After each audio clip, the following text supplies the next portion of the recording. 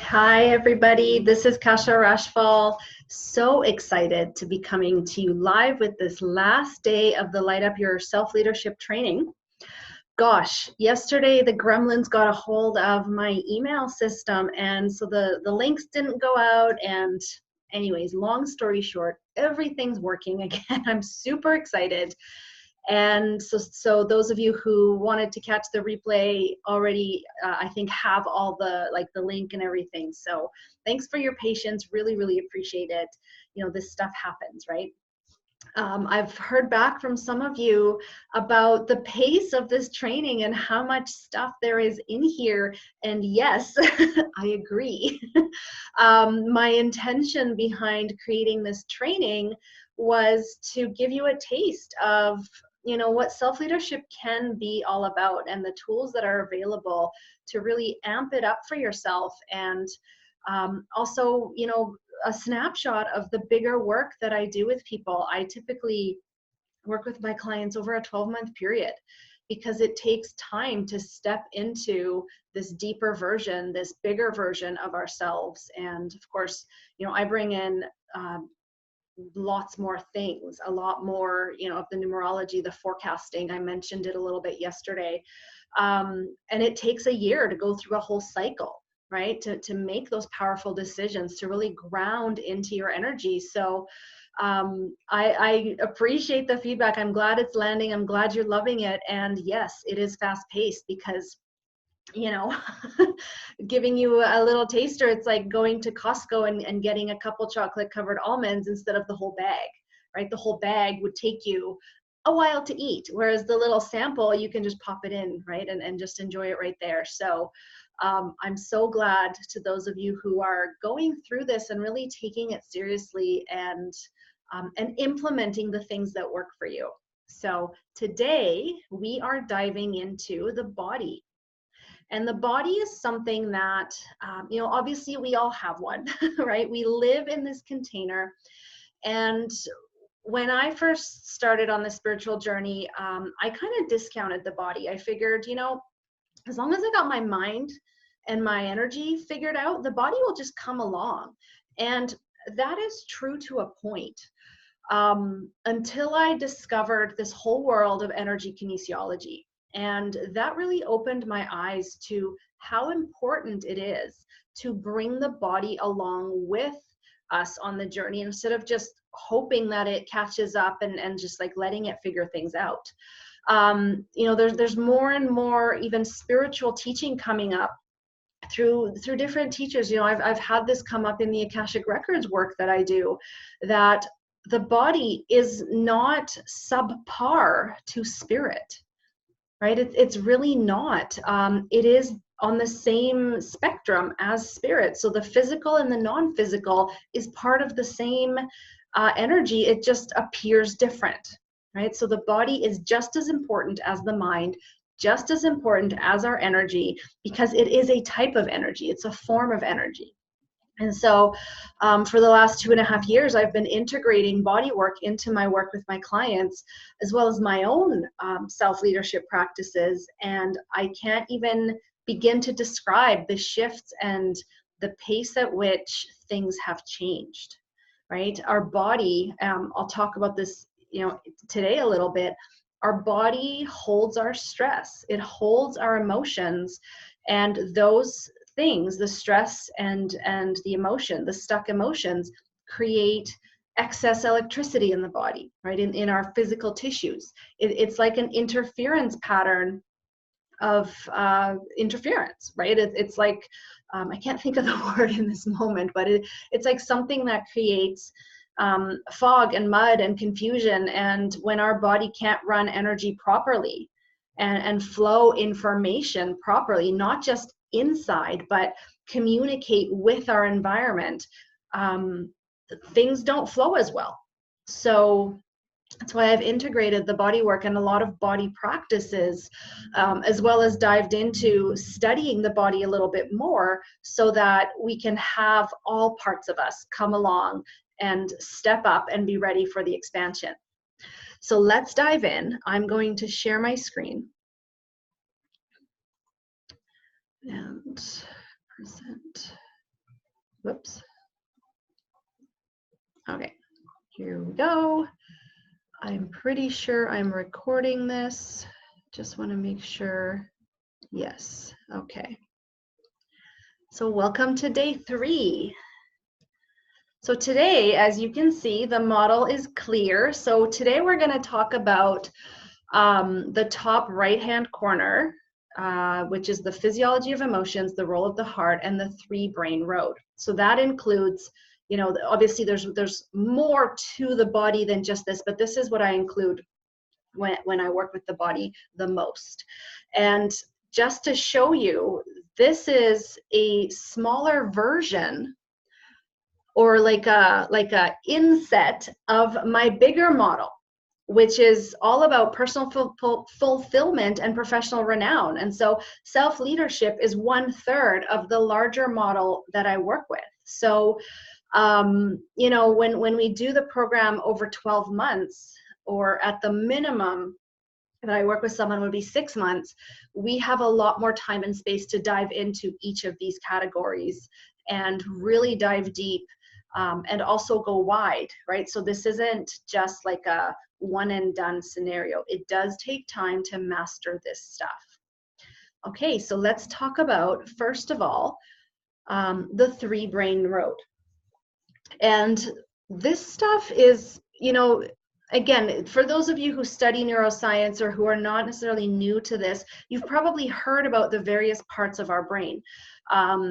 Whether or not you're a student of the law of attraction or anything like that, you've probably heard of our thinking brain and our emotional brain, right? And then our reptilian brain. Well, those aren't single components in our head, right? They're made up of various glands and different tissues and things like that. As a general you know, rule though, right? Our neocortex is the gray matter that sits on top of everything else. And that is our thinking brain. It's the newest member of the evolution of humanity, right? It's what thinks. It's what we would probably equate to as being the mind. And it understands things, it reasons, right? It asks questions, it analyzes, and it's a master at that. That's its job. Then we've got the limbic system, which is more in the middle, right? It's the midbrain. And that is made up of, you know, various components, the amygdala, the hypothalamus, you know, and other things. It's, as a whole, it's called the limbic system. And that is our emotional brain. Its main job is to scan for safety, right? And to feel and to create those emotional responses as a result of whatever is going on outside of us. It synthesizes our experiences. It consolidates our memories. And I'll talk about how these 3 things work together in a moment. I just want to touch on the cerebellum, which is what's known as the brainstem, or the reptilian brain, right at the base of the head. And that is our instinctual brain. That's where the fight, flight, freeze response comes from. It originates there. We are wired for survival. We are wired for you know, reproduction and all of that stuff, so that the species can keep going. And so certain of these instincts can't be unplugged, but we can work with that part of the brain in a specific way so that other behaviors that we want to be more second nature can become second nature. Right, so the 3-brain road, and this is a great part of my information about this comes from Dr. Joe Dispenza's work, who you know, he's got an amazing story in and of itself, and he researches a lot of how the brain works, has amazing information out there. The 3-brain road comes from that. So basically, when our brain thinks, when the neocortex thinks, that's only one part of the process, right? When we go back to that model of change that I shared with you on day 1, that would be the awareness, right? You become aware that something's not the way you want it to be. You want to perhaps create change around it. That is what happens when the neocortex comes online. But just thinking about something isn't enough, right?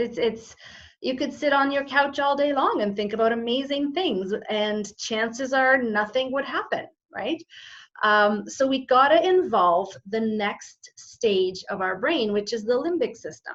Now, the limbic system is really cool because when something happens around us, like let's say, for an example, just a simple example, you're walking with your child, and you're like a young child, and your child gets excited about something and starts bolting for the road. And you're like, oh my God, I gotta save it. So you run after this kid and you grab the kid, and you're like, that's dangerous, right?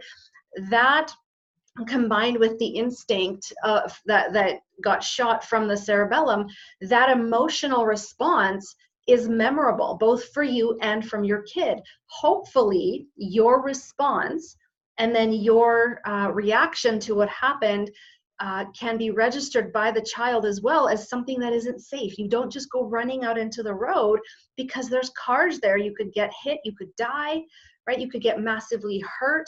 And so that emotional experience gets remembered a lot more readily than an experience that isn't emotional.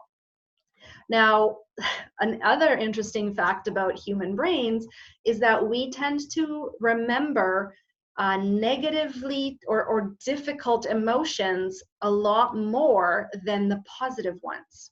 So something that is scary, something that is sad, or something that makes us very angry, we tend to remember things like that a lot more than the experiences that make us, happy or joyful or excited. And so knowing this, we can create the energy of those positive emotions, those emotions that we want to feel more of, and attach them to experiences that we want to have more of, to code those, to remember those for the future. And the thing is, because that's how we're wired, because we tend to remember the more difficult situations more than the positive ones, because they, historically, I suppose, that helps us survive. Right? If we go back to the proverbial caveman, if he gets scared by the proverbial saber-toothed tiger, he's going to remember that a lot more than just, hunting, gathering in peace, right? So the three-brain road is important to understand, because it doesn't take just 1 or 2 or 3 times to instill change in our behavior or in our thinking. It takes repetition, especially if you're programming yourself to be more on the high side of the emotional spectrum, right? On the more joyful, meaningful, happy side. Once you have a certain number of these emotional experiences, these emotionally charged experiences, they become part of your nature. They become instinct, right? I'm sure all of you know someone who is angry all the time, right? We'll talk about why that is in a moment, but it's like something must have happened to them in their life repeatedly to make them that way. We also all know people who are just happy no matter what, right? Nothing phases them. Again, it's because that's how they have come to be over time. They have learned to be that way, either deliberately or by chance, right? But because we can use this brain road system deliberately, we can program ourselves to show up differently in the world. And this is so important as part of self-leadership, because when you're out there, whether as an entrepreneur, as a speaker, as an author, someone who is, emerging with a big idea in the world, you're gonna hit roadblocks, right? You're gonna have naysayers. You're gonna have people who don't like you for whatever reason. And rather than shrinking back and quitting, you gotta be able to lean on those experiences of success for yourself so that you can keep going. You got to have that belief in yourself to keep going and know when to ask for support when you need it. So basically how this three-brain road works is, you got to decide, use your thinking brain. What do you want to experience? Like, what do you want your dominant state to be? Feeling, thinking, believing, right? All of that.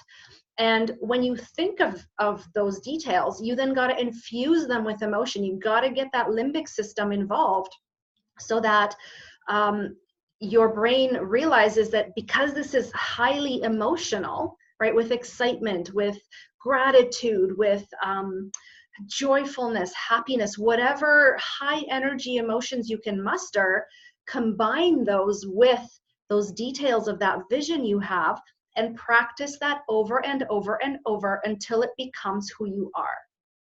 Right? So that's why you go from thinking to doing, having those experiences, even if you have to conjure them up deliberately, often to being that person. I hope that makes sense. If you need more explanation, please post in the group. And I'd love to have more conversation about this. This is one of my favorite neuroscience aspects of our brain. It's awesome. All right, so let's talk about the next leg of this, which is the physiology of emotion. So this comes from the research of Dr. Candace Pert, the late Dr. Candace Pert. She passed away in 2013. Brilliant, brilliant mind in the world. She worked at Harvard and did research that really, revolutionized the way we see emotion. And this is so important because emotions, we feel them in our body as let's say tightness or flushing in the face, right? Heat, tingling, or depending on the emotion, it feels different. And what's happening inside our brain is when there's a stimulus from the outside, or we remember something, that you've got the internal images going, your brain is releasing these things called neuropeptides and ligands throughout the nervous system, these molecules of emotion. And this is kind of what they look like. You can see in the image, they're interesting shapes. And I don't know if that's the colors they have, but it's probably the color is done for effect. But every cell in your body on the outside of its membrane has a little antenna, a little receptor. And each of those receptors is meant to receive a certain type of molecule. So you've got happy antennas to receive happy emotion molecules. You've got angry antennas to receive the angry ones, right? And as those molecules are coming through your system and are being received by these receptors on the cells, they are meant to be metabolized. What this means is that each emotion typically has a potency time of only about 90 seconds. But what happens is most of us, unless we have emotional mastery training, and that's also something I teach, work through with my clients, we tend to listen to what our mind is saying as we're feeling that emotion, which perpetuates the thoughts, which perpetuates the release of more of those same types of neuropeptides, and our system keeps getting flooded, with anger or with happiness, right? Whatever is going on, that's what we keep producing. So over time, if those molecules are not metabolized, if we repeatedly are flooding our system with the same type of emotion molecule, they get stuck. And science has now shown that they get stuck in our tissues, our organs.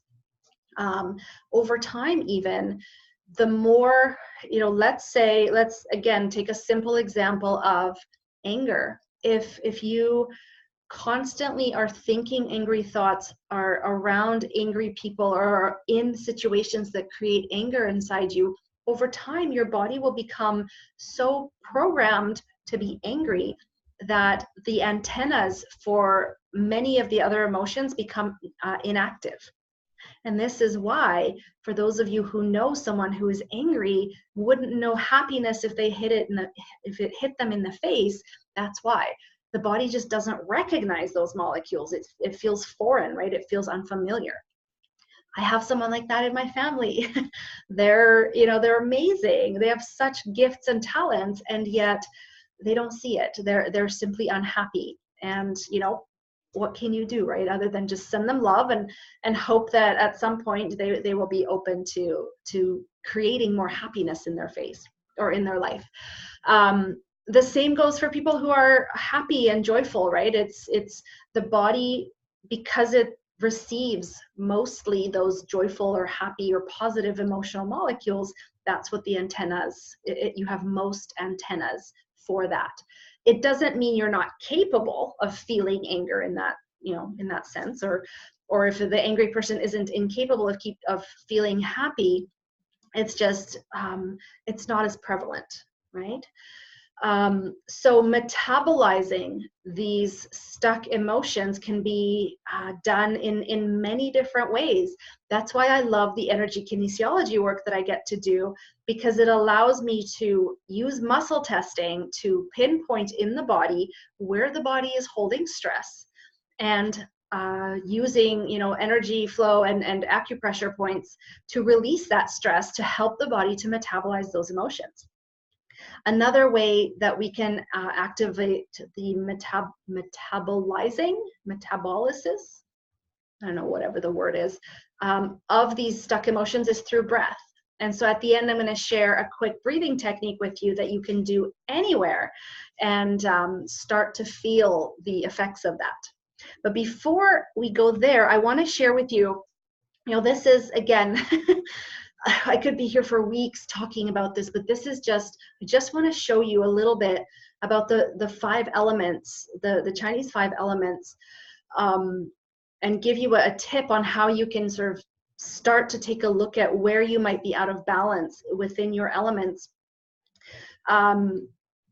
For those of you who watched day 2, I gave you a way to track mental, emotional, and physical days, right? And you can just make a note on a calendar. What did you feel that day, right? Was it joy? Was it anger? Was it frustration? What was it? Each emotion has a element attached to it, or rather each element has an emotional counterpart. And so if you notice that you have a trend of, like I shared, I had a trend of frustration, that could mean that one of your elements is either over-energized or under-energized. And so in the great, you know, the longer program where I work with people over a period of time, we work with the 5-element system and balance out the meridians corresponding to each of these elements so that the body can flow better and you don't get stuck in a certain emotion, right? I tended to have the green element, wood. Liver was massively imbalanced, right? So my whole wood element was completely out of balance, and that, of course, threw the whole system out of balance. And the more I've been able to bring balance and flow into that, the better I feel overall. So just wanted to quickly show you that there is another aspect to the body in this sense, and we can work with the meridian system and balance it. But not going to go into much more than that because, you know, that's like a whole other training. So the next thing is I want to talk about the role of the heart, which is where the breathing technique is going to come in a moment. The heart is this, you know, brilliant organ, right? It pumps just thousands of gallons of blood, millions, billions of gallons of blood in our body throughout our lifetime. And it's what keeps us alive. Without that, you know, it just, we wouldn't be here. And research has been done quite profoundly into the role of the heart, especially by the HeartMath Institute, where the heart has a field, an electromagnetic field that is much stronger than even the brain. And actually the heart is what receives information first, and then it sends it to the brain.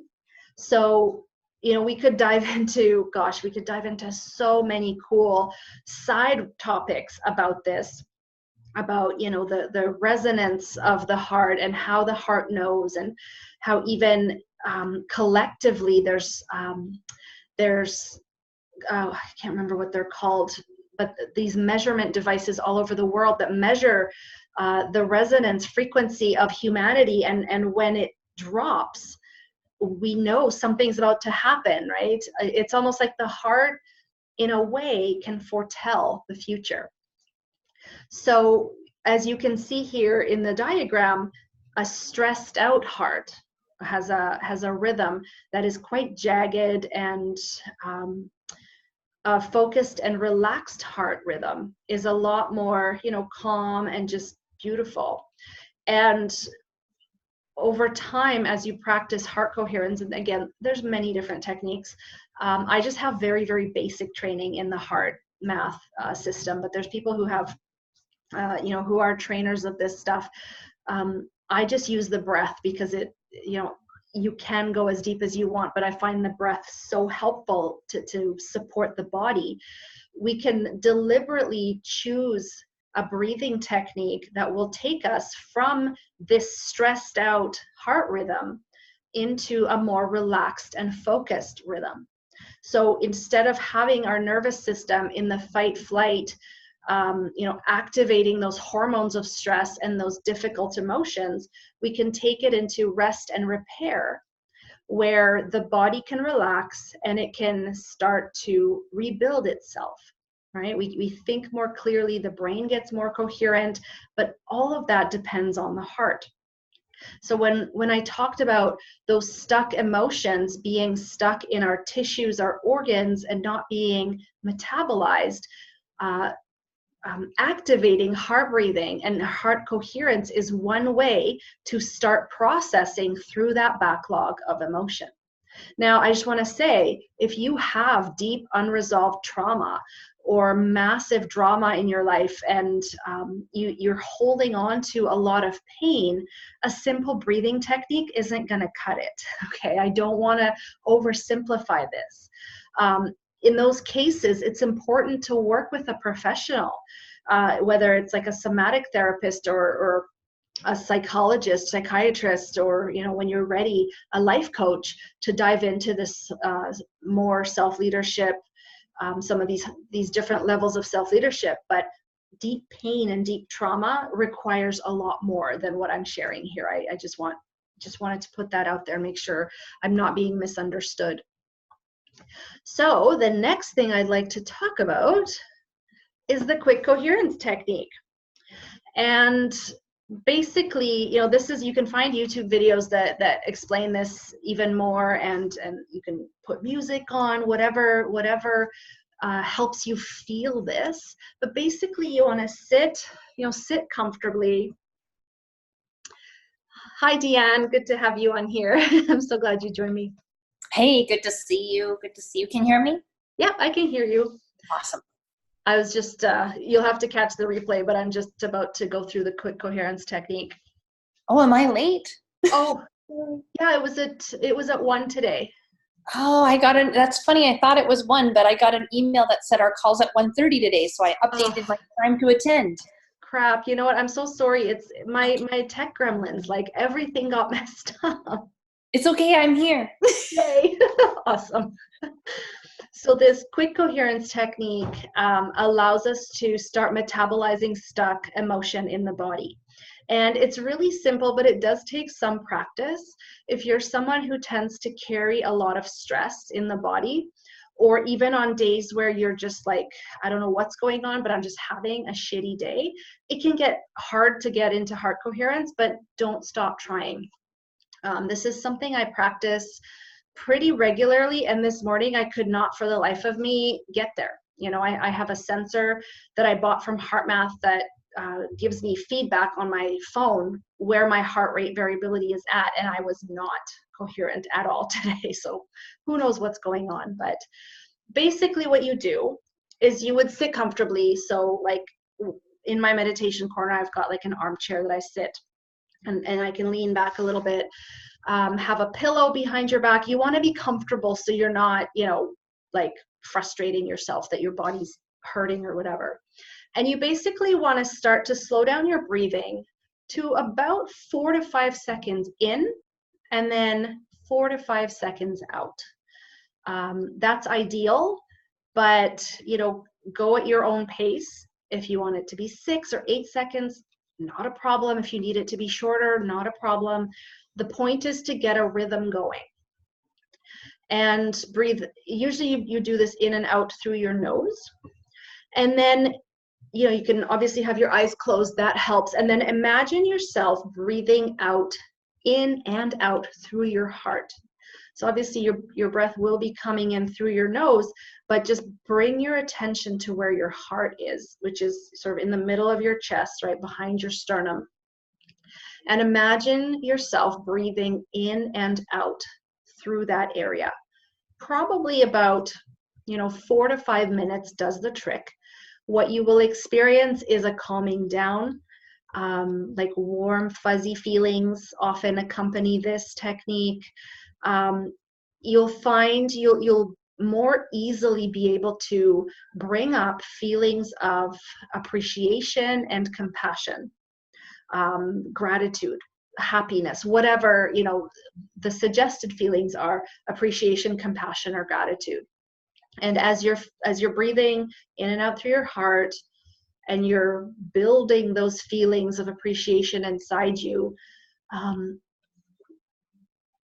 pretend or send them, like visualize yourself sending those feelings all over your body, starting with your feet, all the way up your legs, into your torso, the top of your head, your arms. So really fill yourself up, like visualize yourself filling yourself up with those feelings. And then once you're full, send the energy of that out into the world.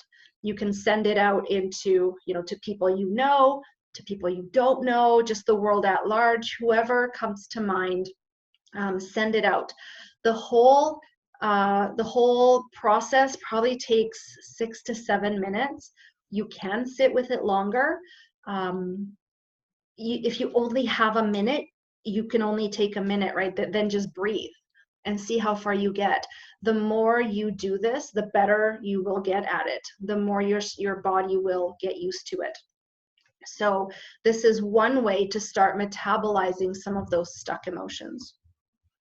And if you have any questions about this technique, please let me know. Again, post in the group. And because I had such massive freaking technology issues from yesterday, half my emails didn't go out. I'm going to just extend this experience, till at least probably next week sometime. So I'll be active in the group as much as I can. And I'd really love to hear, your reflections, not just from the questions, but also the material itself, because I know it's a lot and then it is quick, but again, it's meant to just give you a taste of what's possible. So that's the quick coherence technique. And here are the reflection questions that I'd love for you to just, journal through, or again, doodle, or whatever you want. And I'll post these in the Facebook group as well. Just to notice, as you're bringing the body more on this self-leadership journey, where in your body do you tend to hold your stress? For me, that is like my shoulders. I sit at my desk sometimes for way too long, and like my shoulders get tight. And that's where physical stress lives in me. But when I feel emotional, sometimes it's like a lump in my throat, or my chest gets tight, or there's like heat going, or whatever it is. So there's places in our body where we hold this stress. And knowing that about yourself, knowing where you tend to hold stress, you can, as you're doing that quick coherence breathing, you can send your appreciation or your love or, whatever emotion to that area of your body to support it. Again, it's not like a end-all be-all fix. And if you have a lot of stress or trauma or whatever, get help, get more professional help for it. But this is just a way to, to support your body further. Also, how does this stress show up for you mentally, emotionally, and physically, right? Do you find you have a short fuse? Do you find you have pain? Your body talks to you all the time. And by starting to include it in this self-leadership conversation, you will begin to build more rapport with it. You will begin to have more trust with it and be able to understand what it's trying to tell you. This morning, I had a client session and everything went great. And then closed the meeting down, and I felt like my brain was all of a sudden full. I couldn't, I had so much on my to-do list, but I couldn't bring myself to keep sitting there working. So I was like, okay, body, what do we need? And what came to mind was go outside. I was like, okay, sure, let's do that. Our to-do list is a mile long, but that's okay. I know enough that if I try to push through with the wrong energy, like we talked about yesterday, it's going to be wasted time. Everything's going to take me 5 times longer, and I'm not going to be as productive. So I packed myself up in the car and drove to Knox Mountain and walked in the snow and sat by the lake and just completely cleared whatever was wanting to clear. I have no idea what it was. I actually don't care about what the story is so much, but I felt so much better. So nature is an amazing other tool, right? That's free for all of us, where you can just go hug a tree or breathe the fresh air and allow that to support the body. It's not easy to listen to the body. Like, I'll be honest, right? So the next question is, do you actually listen to the body? And often it's hard to even understand the language of the body, right? There's lots of books that tell you, if you feel X in your elbow, then chances are it's whatever, right? There's like the Louise Hay book and others, and that's a great start. What I found is the more you are in tune with your body, the more you build that rapport, the more you'll get intuitive hits about what it is it actually needs. And so if you are willing to bring your body on this conversation, into this conversation and on this journey, what is one small change that you can commit to yourself to include your body? Like, how are you going to do that, right? How are you going to include it in the self-leadership? And then actually do that. Don't just tell yourself you're going to do it, actually do it. And then I'd love to hear, as you've had time to go through this and digest this material, what is one thing you plan to consistently implement and practice to light up your leadership skills, right? This isn't just 3 days. It's 3 days of some content, but this is where the journey really begins. And as I've talked about over the last 3 days, I tend to work with people over 12 months. That's ideal because there is more at play than just emotions and just, some of these things. When we tap into the cycles of numerology that I briefly mentioned, it's a whole year cycle, and the year is divided up into chunks of time that each are trying to get us to pay attention to different things, different aspects, different lessons. And when we can live with that cycle, that is very personal to each person, right? Everybody's new year starts on their birth date, not on January 1st. So when you know that, and you know how to tap into and read these cycles, it takes a year to go through and complete some of this stuff. So I'd love to know, like, what else do you need to support yourself in your self-leadership? It could be one of those 9 tools that I shared with you over the last 3 days. It could be something entirely different, but you got to know. You got to ask yourself the question. And so lastly, I want to share with you a program that I've put together. This is something that I've been working with people, slowly as I've rolled it out this year. And it's a 12-month deep dive, completely customized experience for people who consider themselves change makers or emerging thought leaders, or people who have, both men and women who have a big vision in their heart and want to make that impact in the world on a bigger scale, and already have some of this personal development work under them. So they have this desire to be infamous and renowned for the work they do in the world, not to be famous, but to have the leverage to be able to make an even bigger impact because of that renown. And without sacrificing their own life for it, right? I believe you can have both personal fulfillment and professional fulfillment completely. They don't always happen at the same time, but you can get there where you have both. And so the program is meant for the man or woman who is really ready to go from just having a vision to actually stepping into being that visionary and actually doing what they're here to do on their own terms without comparing themselves to anyone else. And that's where those cycles of energy come in. Like I said, on your birthday, everyone has a different soul purpose for being here, depending on the day and timing that you were born. And we can read those cycles of energy, and then it doesn't matter what anyone else is doing, right? We're just talking about you and what you're here to do. Now, this program, just to be clear, is not a business building program. Like, I'm not a business coach. It's not marketing, it's not strategy, it's not sales, it's none of that. What it is really getting to know yourself on a really deep level so that you can be grounded and calm and peaceful and create sustainable success on whatever it is that you're doing, right? So whatever business or big impact mission you have, we're not going to work necessarily on that.